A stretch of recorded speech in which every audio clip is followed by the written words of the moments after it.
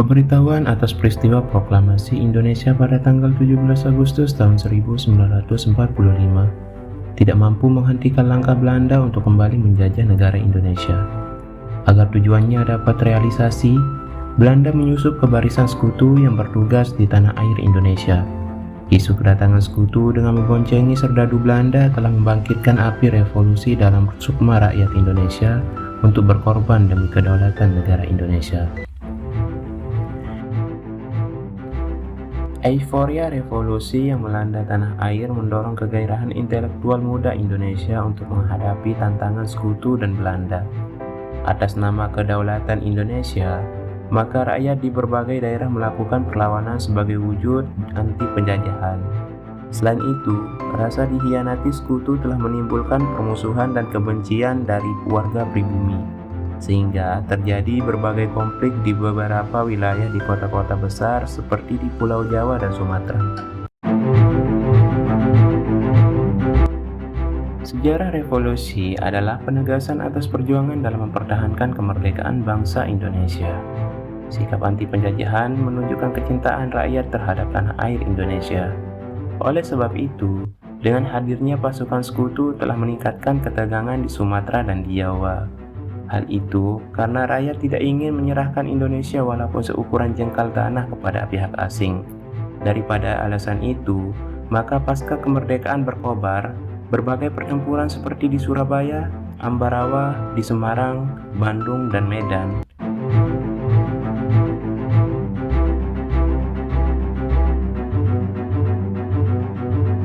Keinginan hidup merdeka dan mandiri merupakan faktor perlawanan terhadap sekutu dan Belanda.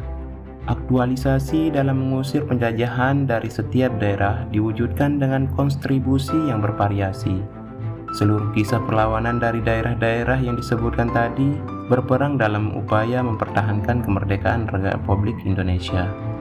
Di masa revolusi, salah satu perlawanan sporadis yang menjadi lambang perjuangan nasional adalah pertempuran pada tanggal 10 November di Surabaya.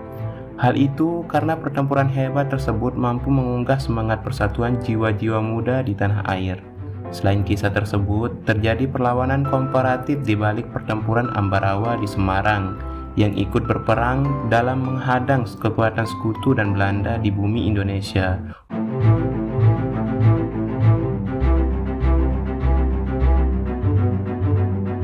Pertempuran Ambarawa terjadi karena pihak serikat yang tidak mampu untuk menghargai kemerdekaan Indonesia. Pada tanggal 20 Oktober tahun 1945, tentara sekutu yang harusnya mengurus tawanan perang di penjara Ambarawa dan Magelang justru memboncengi Nika yang mempersenjatai tawanan tersebut. Hal itu menyulut kebencian serta perasaan tidak senang terhadap warga pribumi sehingga pecah insiden antara TKR dan tentara sekutu pada tanggal 26 Oktober tahun 1945.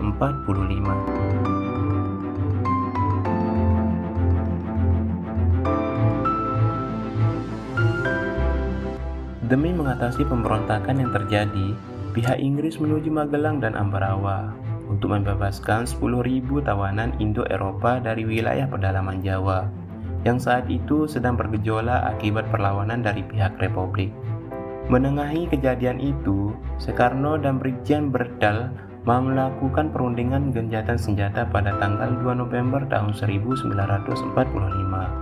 Diperoleh kata sepakat antara kedua belah pihak bahwa sekutu tetap bertanggung jawab atas tugasnya. Jalan Raya Ambarawa Magelang terbuka untuk Republik dan Serikat. Kemudian sekutu tidak mengakui aktivitas Nika.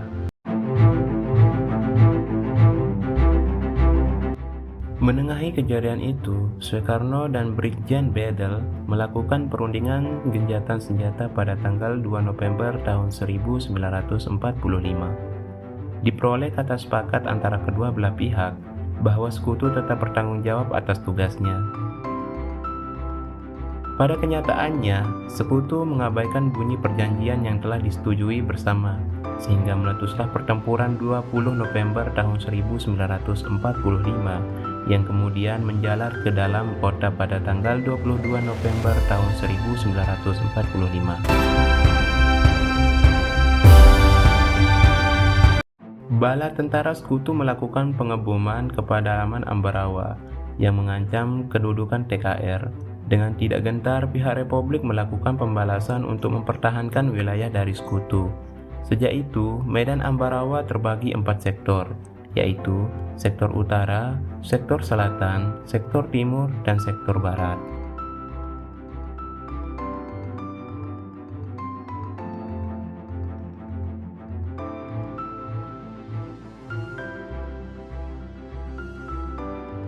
Semangat perlawanan rakyat Ambarawa yang bersatu dengan TKR membuat sekutu kesulitan menaklukkan wilayah tersebut.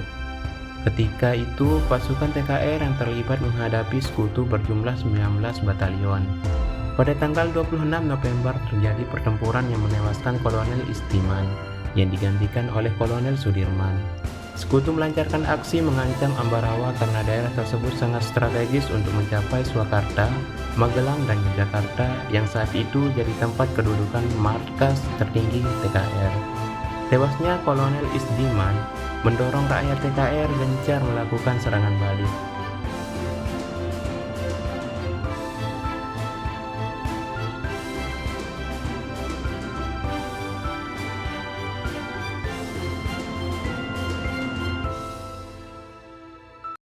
Riwayat pertempuran hebat pasukan TKR yang solid bersama rakyat mengukuhkan peristiwa tersebut dalam pasukan tempur darat utama di TNI Angkatan Darat. Resistensi pasukan tersebut diabadikan ke dalam salah satu bagian pagar bangsa di Indonesia. Melalui TNI, maka setiap tanggal 15 Desember selalu diperingati Hari Juang Kartika atau Hari Infanteri yang menggambarkan kekuatan Negara Kesatuan Republik Indonesia. Keberhasilan pihak Republik dalam peristiwa Ambarawa hendaknya menyadarkan warga negara akan kesadaran nasionalisme, khususnya dalam menggalang persatuan dan menanamkan rasa milik atas Indonesia Raya. Melalui Hari Infanteri atau dikenal Hari Juang Kartika, lewat semangat membangun dan mempertahankan bangsa di era globalisasi ini menggambarkan bahwa Indonesia adalah bangsa yang banyak belajar dari sejarah serta mampu menghargai arti sebuah kemerdekaan.